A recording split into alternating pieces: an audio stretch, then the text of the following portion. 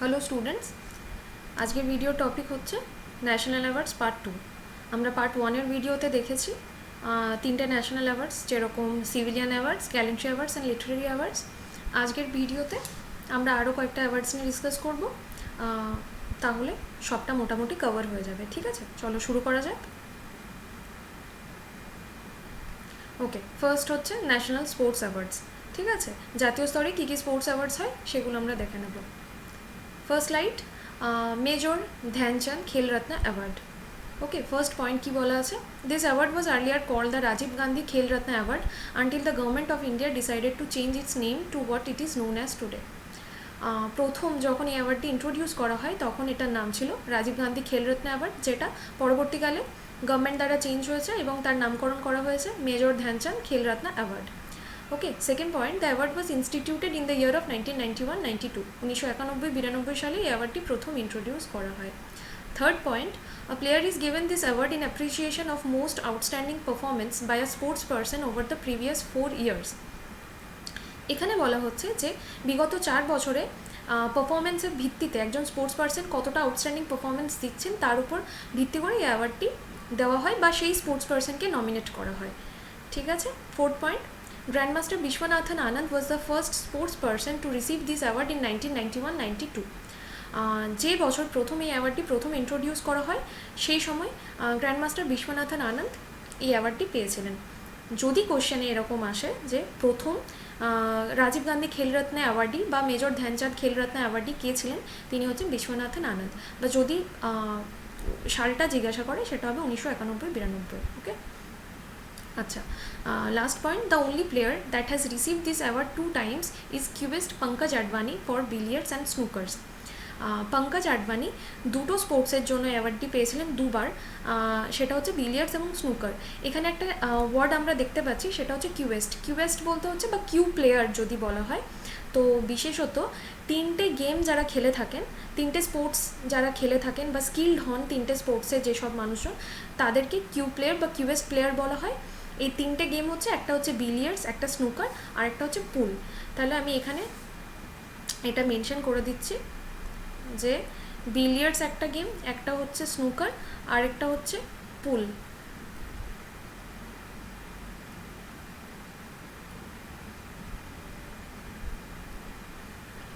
ঠিক আছে, তাহলে পুল প্লেয়ার আর স্নুকার প্লেয়ার এবং বিলিয়ার্ডস প্লেয়ারদেরকে কিউ প্লেয়ার বলা হয়। ঠিক আছে, চলো এবার আমরা নেক্সট স্লাইডে যাই। ওকে, নেক্সট অ্যাওয়ার্ড হচ্ছে অর্জুনা অ্যাওয়ার্ড। কি বলছে first point, the award instituted in the year of 1961 by the Indian government to honour outstanding performance in the field of sports. 1961 সালে এই অ্যাওয়ার্ডটি প্রথম ইন্ট্রোডিউস করা হয়। Second point, the award got its name from Arjuna, one of the characters in famous Indian epic Mahabharata. সেটা আমরা সবাই জানি, মহাভারতের একটা ফেমাস ক্যারেক্টার হচ্ছে অর্জুনা, সেখান থেকে এই নামকরণটি আসে।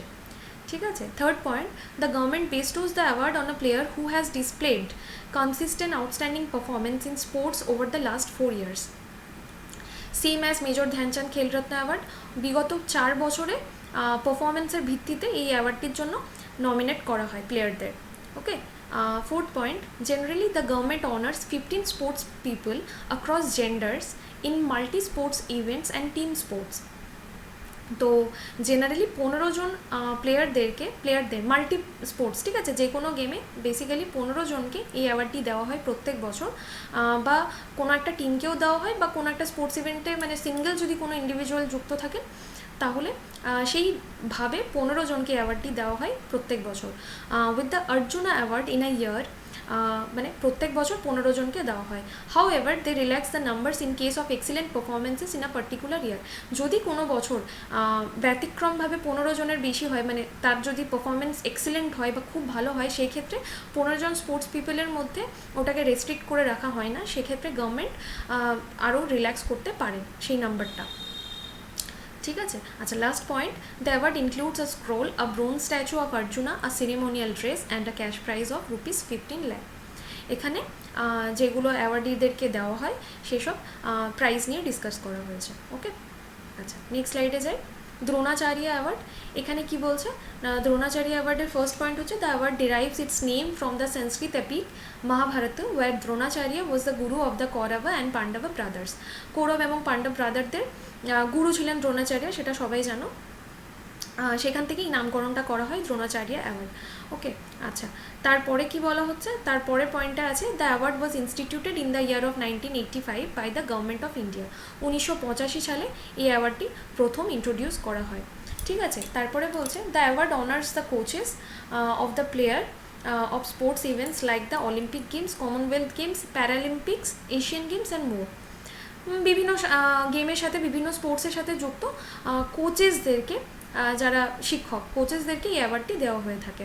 ঠিক আছে, fourth point, it is given to coaches for producing medal winners at prestigious international events.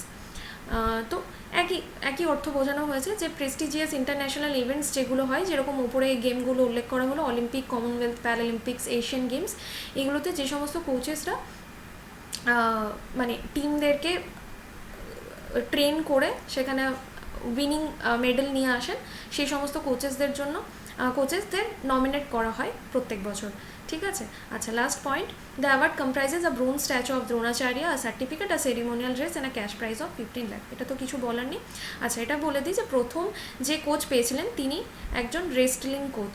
ঠিক আছে, রেসটলিং কোচ প্রথম এই অ্যাওয়ার্ডটি পেয়ে থাকেন যে বছর এটি ইন্ট্রোডিউস করা হয়। রেসলিং কোচ, তার নাম হচ্ছে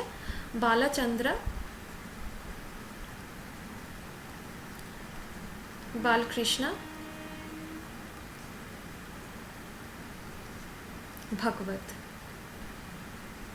ইনি প্রথম কোচ যিনি এই অ্যাওয়ার্ডটি পেয়েছিলেন। ওকে, নাও move on to next slide.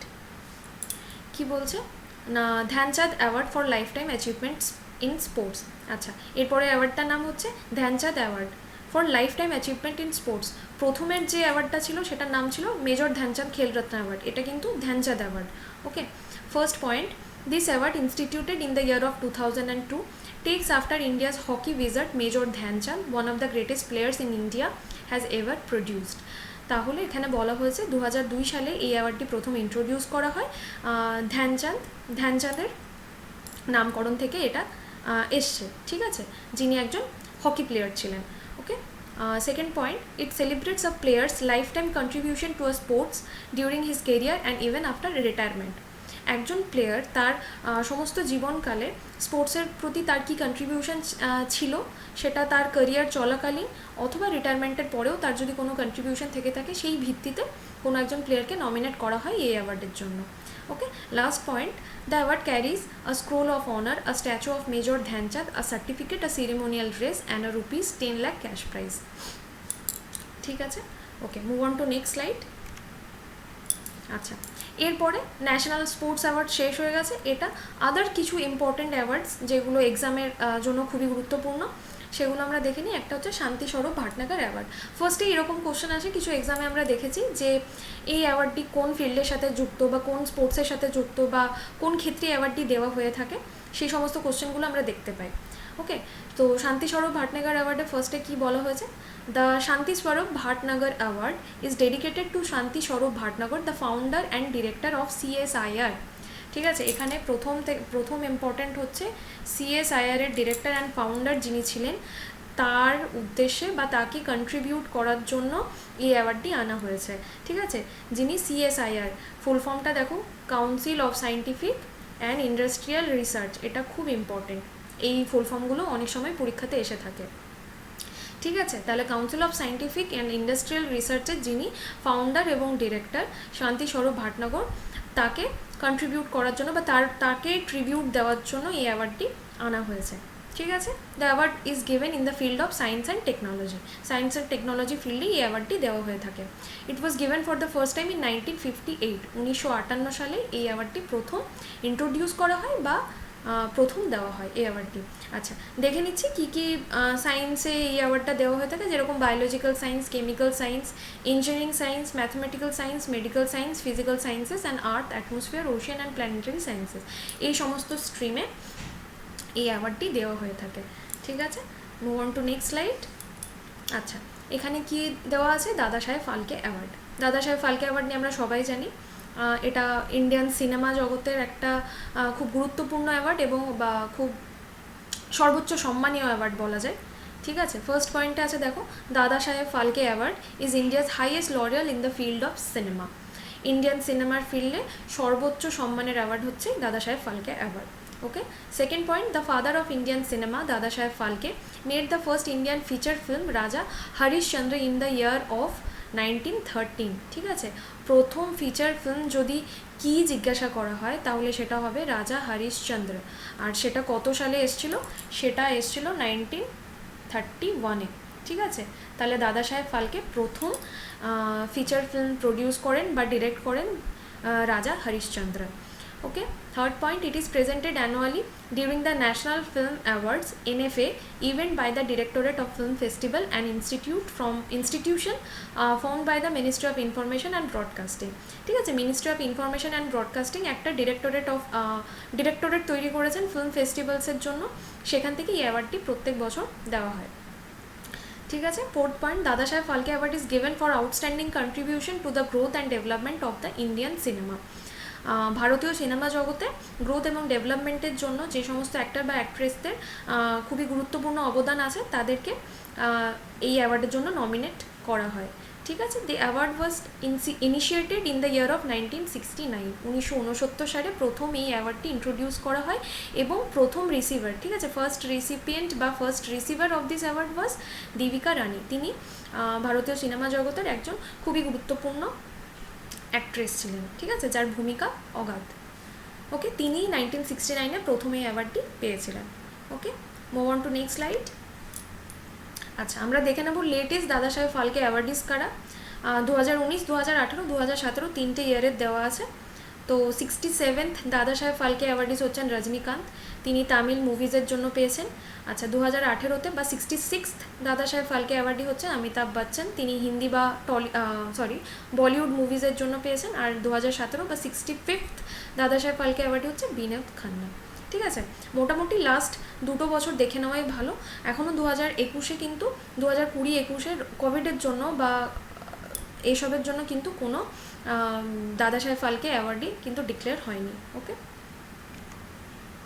আচ্ছা, 68 যে দাদা সাহেব ফালকে অ্যাওয়ার্ড উইনার্স, ঠিক আছে, যারা 68 দাদা সাহেব ফালকে অ্যাওয়ার্ডস পেয়েছেন উইনার 2022 সালের, তারা হচ্ছেন প্রথম কথা সিদ্ধার্থ মালহোত্রা এবং কিয়ারা আডবাণীজের মুভি যে শেরশাহ মুভিটা কি পেয়েছে না বেস্ট ফিল্ম অ্যাওয়ার্ড পেয়েছে। যদি এরকম কোশ্চেন আসে যে 68 দাদা Saheb Phalke অ্যাওয়ার্ডে best film award কোন মুভিটা পেয়েছে, সেটা হবে শেরশাহ। ওকে, এটা 2022 সালে।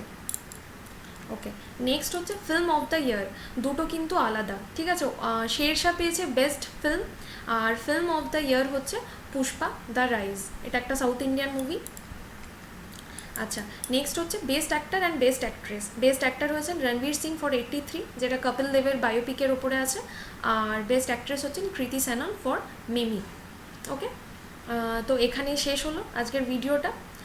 মোটামুটি যতটা কভার করা পসিবল বা এক্সামের জন্য যতটা গুরুত্বপূর্ণ যেসব অ্যাওয়ার্ডসগুলো বা যা কিছু পয়েন্ট দরকার সেগুলো সবই কভার করা হয়ে গেছে দুটো ভিডিওতে।